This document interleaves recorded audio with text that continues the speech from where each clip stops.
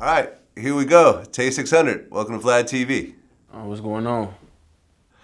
Well, after we did the 600 Breezy interview, So we keep it short with the Tay situation, like, you know what I'm saying? Because I got a chance to get close to Tay, like, after the fact, you know what I'm saying? And sit down and smoke with him and look at him and have a conversation with him. So I done been through shit, like, where I know it's gonna come out in the black and whites, you know what I'm saying, and everything. Right. you had actually reached out to me initially on Twitter, and you said that you wanted to do an interview in response to some of the things that were said in that interview. Yeah, because of the simple fact, I had been in touch with Vlad, with like y'all people. They had tried to get up with me in Atlanta, but we couldn't. Our schedules couldn't we couldn't get like a set time. I had a lot of things going on while I was moving around in Atlanta. You feel me? So I couldn't really. This is before y'all did the 600 Breezy interview. I was moving around too much, so I couldn't really get up with y'all. But after I seen the interview, I was like, yeah, I gotta make it happen some type of way, you know. But being that I'm on parole and I just can't move how I want to move, it had to happen this way, you know, because I would have went to LA and did it, but after I seen this interview, I'm like, man, I gotta respond to that, you feel me? Because I feel like it was a lot of false, untrue things being said, and a lot of things he said that didn't make no sense, and him saying it on a platform like as big as yours, it's like I don't want fuck shit like that being spreaded and people seeing that shit, and I can't defend myself and people lying and shit. You feel me? So I was like, yeah, I gotta make it my business to get the interview now. You feel me? Okay, so let's go ahead and talk about this whole situation. Yeah. We'll start from the beginning of it, and we'll lead into what was said by various people and so forth. Yeah.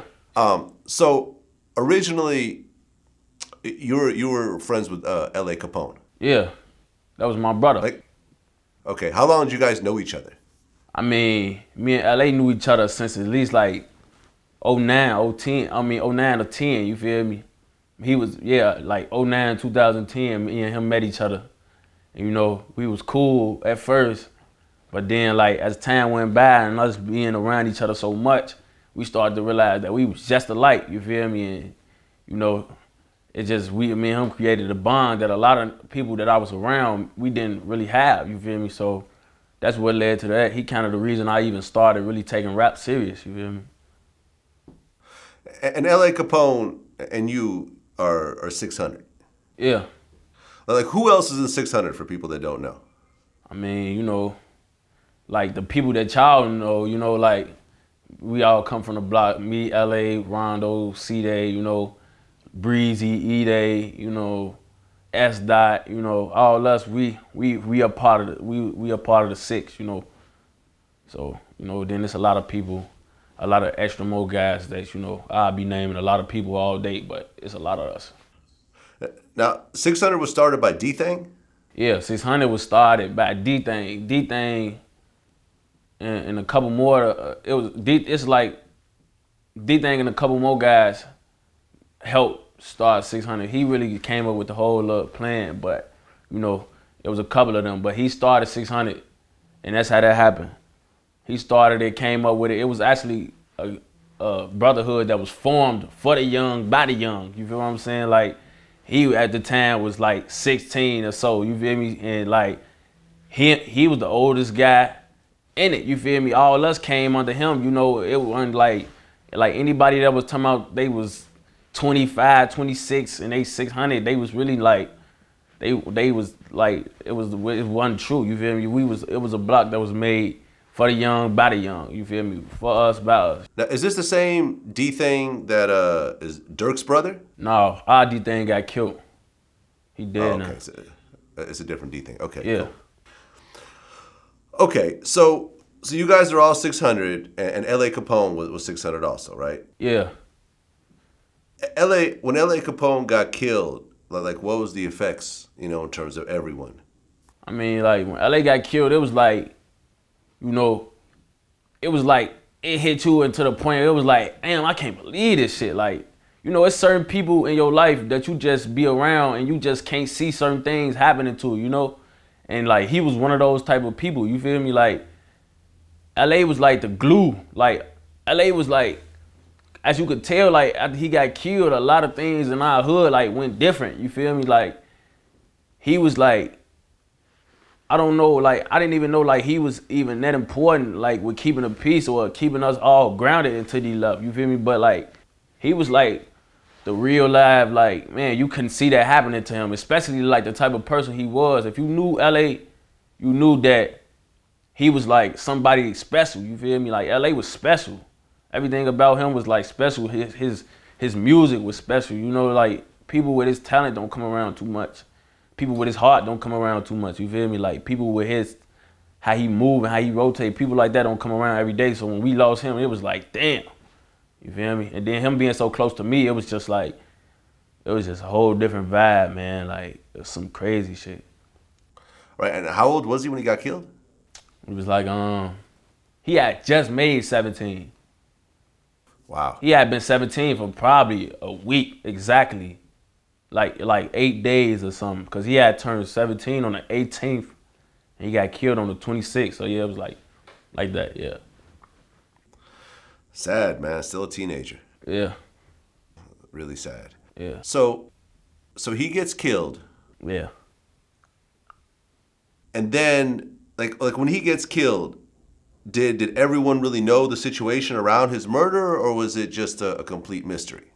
I mean, you know, the streets talk. You know, the streets talk, and the streets, you know, stories float around fast. You know, when everybody always got stories about how a person died or who's supposed to set it up or what when people first get killed, especially if it's somebody known like LA was, you feel me? It's all type of skeptical stories and mysteries, you feel me? But at the end, you know, after so long, things come out, you know, you will never really be able to know what's wrong and right, you feel me? Because of the simple fact that you wasn't there, you feel me? So like, you can only, it's like what you believe and what you don't believe type thing, you feel me? Like what you can see happening and what you can't see happening. And then it's also about like, who is the people that telling you what type of source, is they a good type of source to believe with certain things, or you think they just making shit up, you feel me? So it's just like, you never really know though.